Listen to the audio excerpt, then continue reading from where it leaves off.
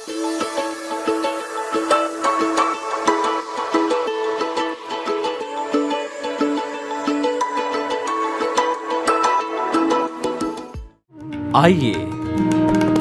सुनिए, देखिए, समझिए सनातन सत्य। जैसी दृष्टि वैसी सृष्टि, दृष्टि विज्ञान। कुदरत, कुदरती रचना एवं कुदरत के कानून से शाश्वत सुख की प्राप्ति। जोधपुर के परम पूज्य महात्मा उपासक प्रोफेसर डॉक्टर सोहन राज तातेड़ के निर्देशन में सनातन सत्य। जैसी दृष्टि वैसी सृष्टि, दृष्टि विज्ञान।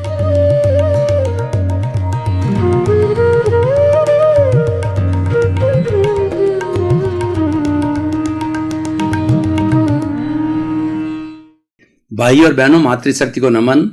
स्टूडियो में आपका हार्दिक स्वागत है, अभिनंदन है, सत्कार है।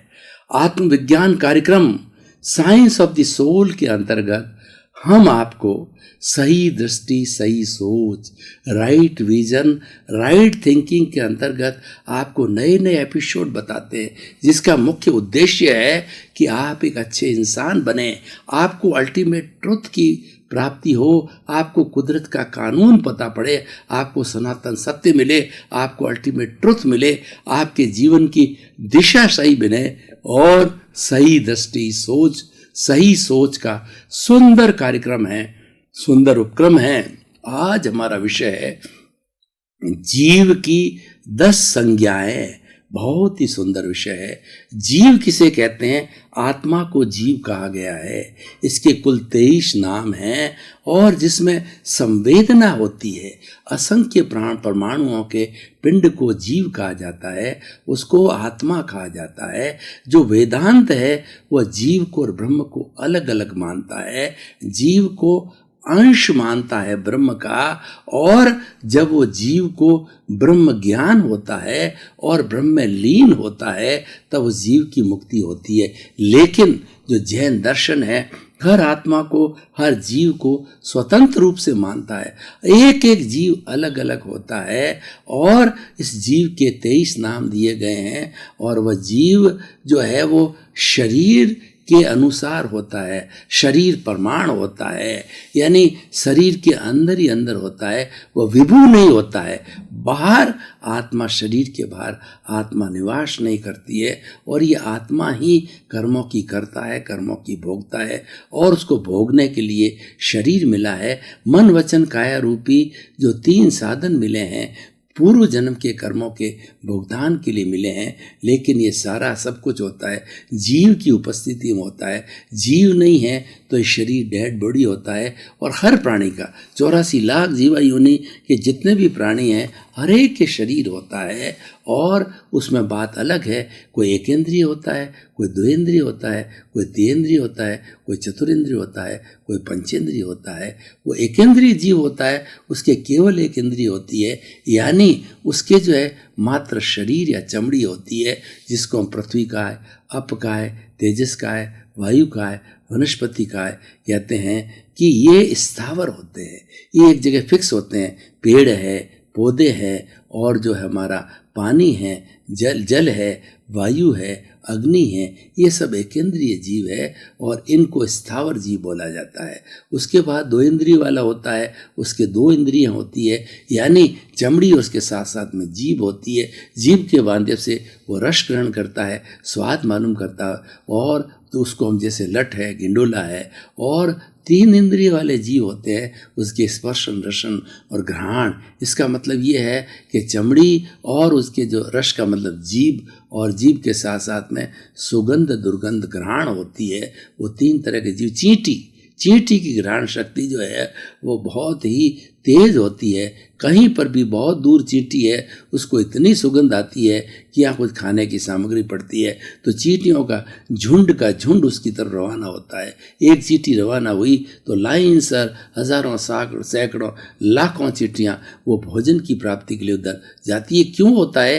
ये घ्राण शक्ति के कारण, सुगंध के कारण होता है। तो स्पर्श, रसन, घ्राण और चक्षु जो है जिसके चौथी इंद्रियों वाला होता है, एक इंद्रिय बढ़ जाती है, उसके आँख होती है, जैसे कि मच्छर है, मक्खी है, तो ये जब कभी भी सामने देखते हैं कोई उनके ऊपर हमला करने वाला है, उनको कोई मारने वाला है, वो तुरंत उड़ जाते हैं, क्यों? उसको आँखों से दिखाई देता है। और पंचेंद्रिय होता है, जैसे गाय है, भैंस है, और जो पक्षी है उड़ने वाले, वाइल्ड एनिमल्स हैं, और मनुष्य है, इसे पंचेंद्रिय होता है। इनके 5 इंद्रियां होती है, और 5 इंद्रियां बहुत ही विकसित रूप से होती है। इसी कारण मनुष्य को इस जगत का सर्वश्रेष्ठ प्राणी कहा जाता है, और वह सर्वश्रेष्ठ प्राणी इसलिए है कि उसके पास में स्वस्थ इंद्रियां हैं, उसके पास में एक सुलझा हुआ मन है, और उसके बाद बुद्धि है, चित्त है, प्रज्ञा है, आत्मा है, और साथ साथ में उससे जुड़ा हुआ अहंकार भी है, तो सारी उसके अंदर रहती है। तो ये हमने सारी जीव की परिभाषा की है।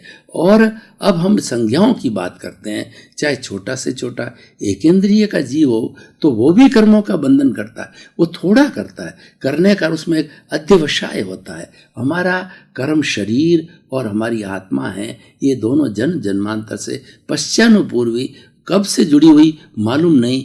ये उसी तरह का प्रश्न है जैसे मुर्गी पहले हुई या अंडा पहले हुआ, कोई जवाब देना बहुत मुश्किल है। तो तीर्थंकरों ने स्वयं ने कहा कि हमको पता नहीं कि आत्मा के साथ में कर्म कब लगे, आत्मा कब बद्ध हुई, इसीलिए उन्होंने पश्चानुपूर्वी कहा कि अनादि आनंद काल से जुड़े हुए हैं। तो हमारा जो कार्बन और शरीर और आत्मा है, जब कभी भी उनके बीच के अंदर वार्तालाप होता है, उनके बीच के अंदर कोई उदय भाव आता है, तो उदय भाव होते ही वह अध्यवसाय बन जाता है, एक ओरा टाइप बनता है। उस अध्यवसाय के माध्यम से एक इंद्रिय से लगा करके और चतुरेंद्रिय के जो समूर्चिम जीव वगैरह होते हैं, वो भी जो वो चतुरेंद्रिय तक होते हैं, वो सारा जो है इस अध्यवसाय के माध्यम से कर्मों का बंधन करते हैं, कर्मों को भोगते हैं। अध्यवसाय एक माध्यम होता है जो उसको करने का होता है।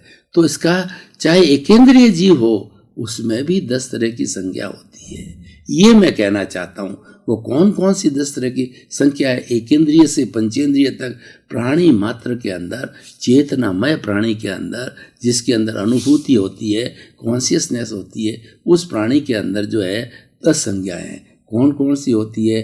आहार, भय, मैथुन, परिग्रह, क्रोध, मान, माया, लोभ, ओग संज्ञा और लोक संज्ञा। ये सारी 10 संज्ञाएं हर आत्मा के साथ होता है। जब आत्मा का अस्तित्व है तो इन संज्ञाओं का भी अस्तित्व होता है, और वो संज्ञाएं हैं जैसा कि मैंने बताया अध्यवसाय के द्वारा भोगी जाती है। अध्यवसाय के द्वारा उनका जो है वो लेन देन होता है, और जो मनुष्य होता है उसके अंदर तो सुव्यवस्थित मन होता है, तो उसका उपयोग करता ही रहता है। अब मैं इसको एक एक को जो है समझाना चाहता हूँ। पहले आहार संज्ञा को लेते हैं, यानी एक इंद्रिय से पंचेंद्रिय तक जितने भी प्राणी होते हैं सब आहार ग्रहण करते हैं और उसका उत्सर्जन करते हैं। एक इंद्रिय के जीवों की मैं बात करूं, जैसे पेड़ पौधे हैं, इनकी केवल छाल ही होती है, तो वो क्या करते हैं कि हमारी जो कार्बन डाइऑक्साइड जो दूषित हमारी है, मनुष्यों की कार्बन डाइऑक्साइड को वो भोजन के रूप में ग्रहण करते हैं, और सिंथेसिस के माध्यम से जो है उसको बदलते हैं ऑक्सीजन के अंदर। ग्रहण तो करते हैं कार्बन डाइऑक्साइड और ऑक्सीजन छोड़ते हैं, और इसी कारण हमारे पेड़ पौधे जितने हैं हमारे बहुत हितैषी है कि वो हमको प्राणवायु देते हैं। और अगर वो ना हो तो मनुष्य और दूसरा द्विंद्रिय से चतुरेंद्रिय के सबको प्राणवायु चाहिए, तो वो जीव जिंदे नहीं रह सकते हैं।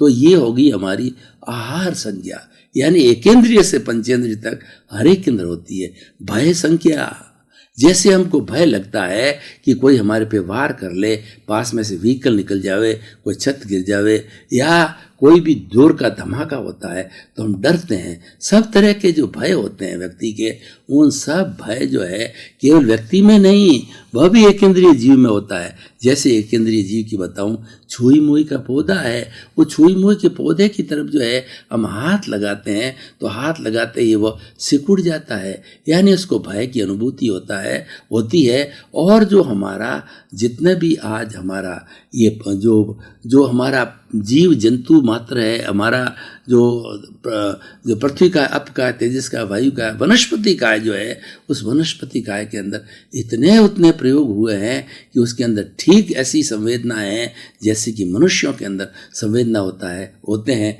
उनके अंदर फीलिंग होती है और वह भी भोजन ग्रहण करते हैं। यानी भय की संज्ञा एकेंद्रिय छोटा छोटा वायरस है, उसमें भी भय रहता है। जब जोर से कोई फटकार लगाता है तो वायरस उड़ जाता है, दूसरी जगह चला जाता है, क्योंकि उसको भय होता है कि मेरे कोई मार देगा। क्योंकि कोई भी प्राणी जिसने जन्म लिया वो मरना नहीं चाहता है और कोई दुख नहीं लेना चाहता। ये दो बातें कॉमन रहती है प्राणियों में, मरना नहीं चाहेगा और दुख नहीं चाहता है, सुख चाहता है। तो ये हो गया आहार और भय। और तीसरी मैथुन संज्ञा। मैथुन संज्ञा का अर्थ होता है कि जैसे कि मनुष्य होता है वो मैथुन का उपयोग करता है, वो पंचेंद्रिय है, लेकिन जो है वो मैथुन संज्ञा जो है वो अन्य एकेंद्रिय प्राणियों में भी होती है। प्राणी मात्र में मैथुन होती है। उस मैथुन होने के कारण जो है वो सजातीय अपने जीवों का निर्माण करते हैं, नए जीवों का निर्माण करते हैं। और ये ग्राफ्टिंग प्रोसेस होती है पेड़ पौधों के अंदर, ये वही मैथुन संज्ञा है। उसके माध्यम से क्लोन बनता है, क्लोनिंग से किया जाता है। तो ये सारा मैथुन जो हर प्राणी के अंदर होता है। तो आहार भय मैथुन परिग्रह जो है वो देखिए व्यक्ति तो होता है, समझ वाला होता है, वो मकान करता है, धन दौलत है और जो कई तरह की संपत्ति को इकट्ठा करता है। लेकिन एकेंद्रिय का प्राणी है, वह क्या करता है कि वो भोजन अपने अंदर इकट्ठा करता है। वो इकट्ठा इसीलिए करता है कि वह सोचता है कि ना मालूम दूसरे दिन भोजन मिले या ना मिले। उसमें परिग्रह की बात आती है, संग्रह की वृत्ति आ जाती है। तो वह संग्रह केवल मनुष्य ही नहीं करता है, हर प्राणी जो है संग्रह करता है। तो ये हमारी संज्ञा होगी आहार भय मैथुन परिग्रह। संग्रह के कारण जो है ये परिग्रह संज्ञा आ गई। तो अब हम आगे चलते हैं। आहार भय मैथुन परिग्रह। क्रोध, जैसे कि हमारे को क्रोध आता है, वह क्रोध हर एक को आता है, पेड़ पौधों को आता है, जंगली जानवरों को आता है। और वो जो है, और जैसे कि पानी गर्म हो गया तो ये तरह से उसका उबाल आता है, वो क्रोध है। अग्नि तेज हो गई, वह भी उसका क्रोध है। यानी ये क्रोध की संज्ञा जो है हर प्राणी में होती है, चाहे एक इंद्रिय का हो चाहे पंचेंद्रिय का हो। तो हम चलते हैं, देखिए कि ये होता है, सबसे पहले होती आहार भय मैथुन परिग्रह क्रोध मान माया लोभ। जैसे कि हम मान माया लोभ व्यक्ति में होता है कि मान के अनुरूप जो है वह अहंकार करता है, और माया है छल कपट करता है, और लोभ की वृत्ति आती है, वह हर प्राणियों के अंदर होती है। जो हर प्राणी के अंदर माया और लोभ होता है, अहंकार होता है, उसके वशीभूत होकर के वो प्राणी जो है टेढ़े मेढ़े चलते हैं, और वो प्राणी जो है अपनी प्रवृत्ति करते हैं। वो इतने सूक्ष्म होते हैं कि हमको दिखाई नहीं देते हैं, लेकिन ये संज्ञाएं हर एक प्राणी में होती है। तो इस तरीके से आहार भय मैथुन परिग्रह क्रोध मान माया लोभ। अब ओग और लोक संज्ञा। ओग संज्ञा होती है, वह जो है वो व्यक्तिगत संज्ञा होती है कि व्यक्ति अपना, जिस तरीके से हम अपना अस्तित्व बना के रखते हैं, उसी तरीके से हर प्राणी भी अपना अस्तित्व बनाए रखे। यानी वो अस्तित्व का अर्थ ये है उस प्राणी को कोई मारे नहीं, उस प्राणी को कोई भी खंडित नहीं करे, और उसका अस्तित्व बना रहे, वो जिंदा रहना चाहता है। तो ये होगी अपनी ओग संज्ञा। ओग संज्ञा के तहत जो है व्यक्ति अपना अस्तित्व बनाए रखता है, और व्यक्ति जो है वो अपना जीवन यापन करता है। ये ओग संज्ञा। और एक लोक संज्ञा होती है। लोक का मतलब समूह में जीना। हम जो मनुष्य है, जो मनुष्यों की बात करें तो मनुष्यों के समूह को समाज कहा जाता है। पशुओं का भी समूह होता है, समझ होता है। आपने कभी देखा होगा कि हमारे अभयारण्य के अंदर, हिंदुस्तान में जब ठंडक होती है तो अभयारण्य के अंदर बहुत से नए नए जो पक्षी है दूसरे देशों से उड़ करके हमारे अभयारण्य में कई वर्षों से आते हैं। जैसे भरतपुर का अभयारण्य है और ताल छापर का अभयारण्य है। तो वो वहाँ पर आते हैं और वह एंजॉय करते हैं उस वातावरण को, उस ठंडक को वो एंजॉय करते हैं, मतलब घूमने के लिए वो लोग आते हैं।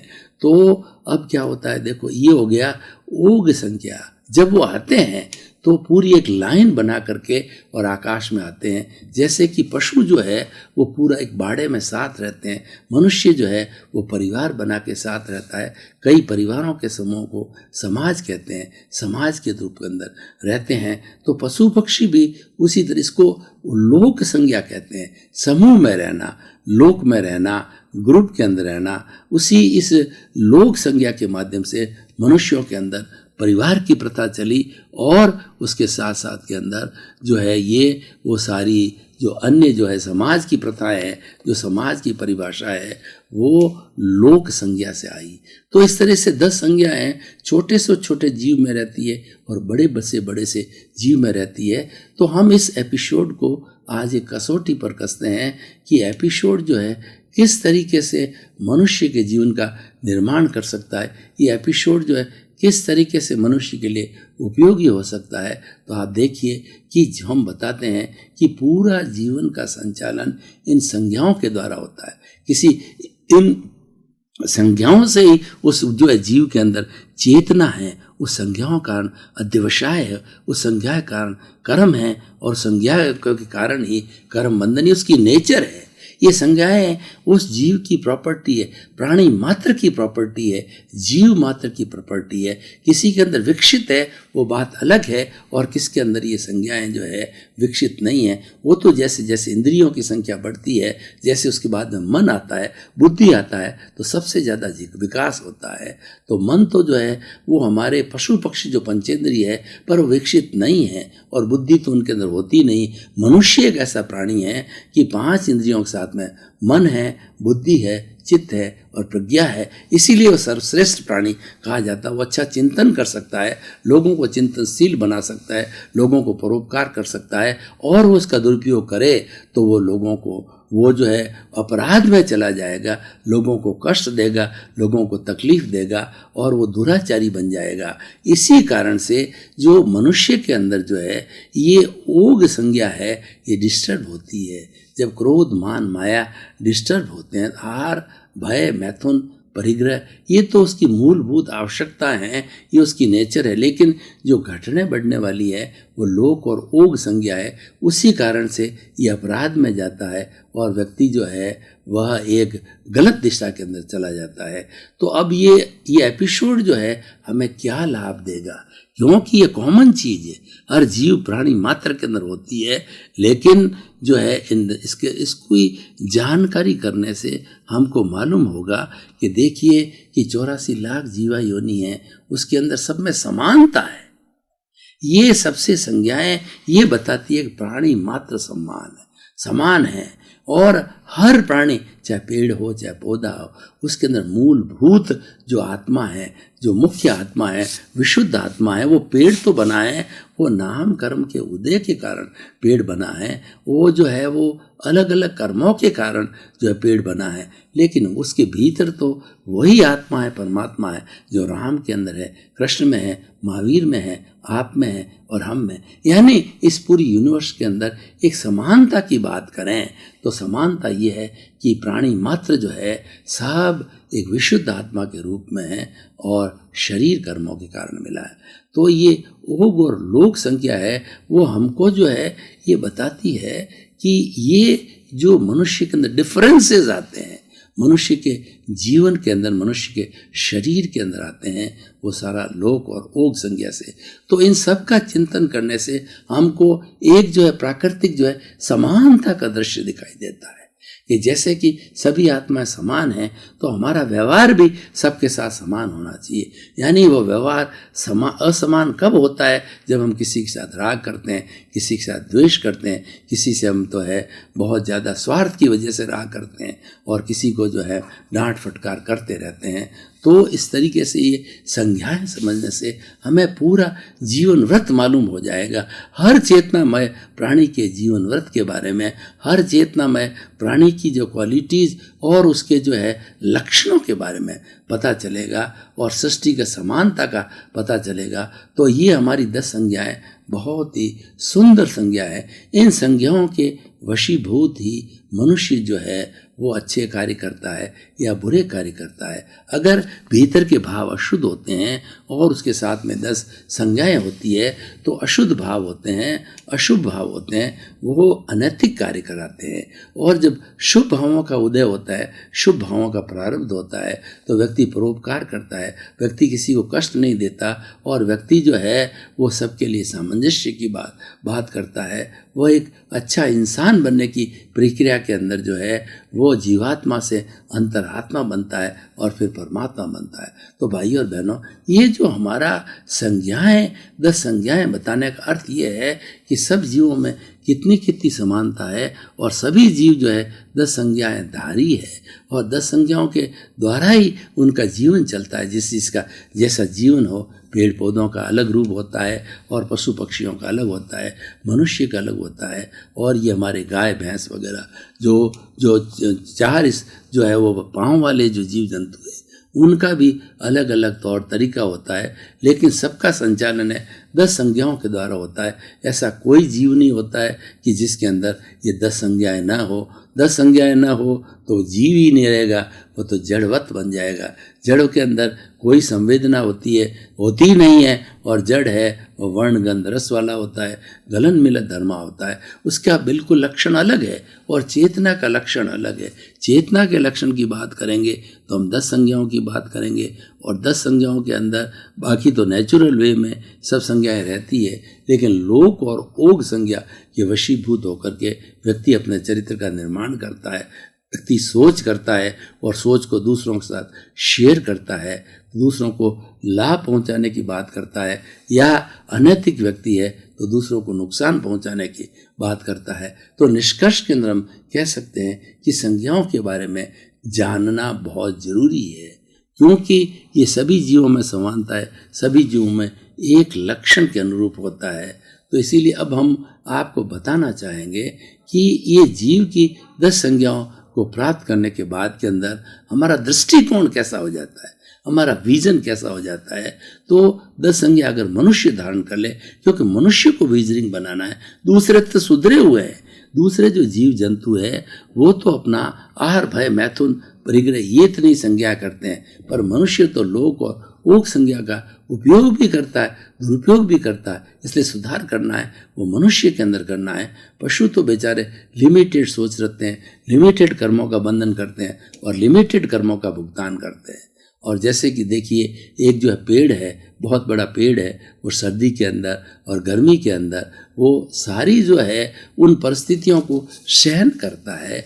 ये उसकी निर्जरा है और ये सकाम या काम निर्जरा है, अपने आप होती है सहनशीलता कारण है। लेकिन जो मनुष्य है, जो इन 10 संज्ञाओं का धारम है, वो अकाम निर्जरा भी कर सकता है। अकाम निर्जरा क्या होती है कि जो हमारे कर्म अभी उदय में नहीं आए, उनको प्री मैच्योर कर्मों को हम जो उदय में लाते हैं उनको कहा जाता है उदीरना। यानी अगर सेंसिबल व्यक्ति है और ज्ञान वाला है और वह साधु है तो वो तेज गति से जो है वो अपनी उदीर्णा करेगा। और गृहस्थ श्रावक है, जिसने कि श्रावक व्रत के 12 नियम लिए होते हैं, वो भी इस उदीर्णा के माध्यम से वो जो कर्म प्री मैच्योर्ड कर्म है, यानी अभी उदय में आते, उदय में आने वाले कर्म तो नेचुरल वे में अपने आप उदय में आते हैं और वो भुगत लेने के बाद में पुनः इस कॉस्मोस में चले जाते हैं और चैप्टर क्लोज हो जाता है।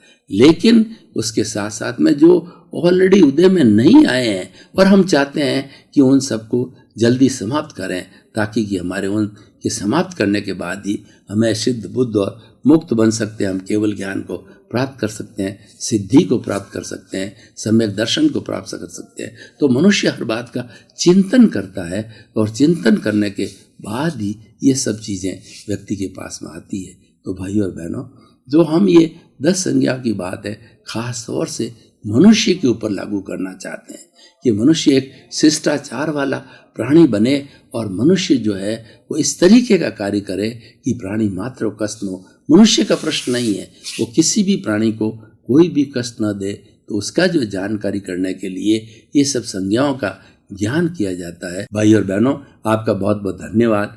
आप जो है आत्मविज्ञान कार्यक्रम देख रहे हो, ये लगातार देखते रहिए, उससे जीवन की दिशा बदल जाएगी। तो जब दिशा बदलेगी तो दशा बदलेगी। आपका जीवन जो सकारात्मक सोच की तरफ बढ़ेगा, नकारात्मक सोच विरोध होगी। न तो ये मंत्र है, न कोई तंत्र है, न कोई जादू है और न कोई टोना है। ये तो मात्र आपकी रॉन्ग बिलीफ को समाप्त करके राइट बिलीफ बनाने का उपक्रम है, क्योंकि आत्मविज्ञान के केंद्र के अंदर आत्मा है और उद्देश्य हमारा है एक अच्छे इंसान का निर्माण करना। तो इसी क्रम में आपका जीवन आनंदमय हो, मंगलमय हो और खूब सुखी के साथ में आप लोगों का परोपकार कर अपने जीवन को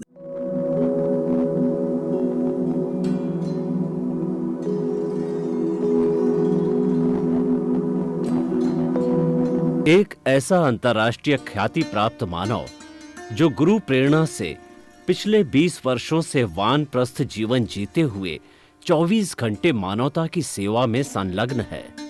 एक ऐसा मानव जो अभी राष्ट्रीय, अंतर्राष्ट्रीय टीवी चैनलों पर 7,500 एपिसोड के माध्यम से सनातन सत्य, आत्मविज्ञान एवं पुनरुत्थान व्यवहार एवं निश्चय जगत के जीवनोपयोगी विषयों पर हृदय स्पर्शी प्रवचन कर चुका है। उस मानव का नाम है महात्मा उपासक प्रोफेसर डॉक्टर सोहन राज तातेड़। प्रोफेसर तातेड़ द्वारा योग, दर्शन, शिक्षा विषयों पर रचित पीएचडी स्तर के 250 शोध ग्रंथ भारत के 100 प्रतिष्ठित विश्वविद्यालयों में शोधार्थी पढ़ रहे हैं तथा वे सभी शोध ग्रंथ वहां की सेंट्रल लाइब्रेरियों में उपलब्ध हैं। महात्मा सोहन राज ने अभी तक हजारों स्कूलों, कॉलेजों, विश्वविद्यालयों एवं संस्थाओं में सेमिनार, वर्कशॉप, कैंप लगाकर लाखों विद्यार्थियों को योग, दर्शन, शिक्षा का प्रशिक्षण देकर उन्हें सुसंस्कारित किया। डॉक्टर तातेड़ ने भारतीय संस्कृति उत्थान के 4000 से अधिक समसामयिक विषयों पर आर्टिकल लिखकर ऑनलाइन जर्नल, पत्रिकाओं, वेबसाइट्स पर प्रकाशित किया, जिसका उपयोग लाखों पाठक कर रहे हैं।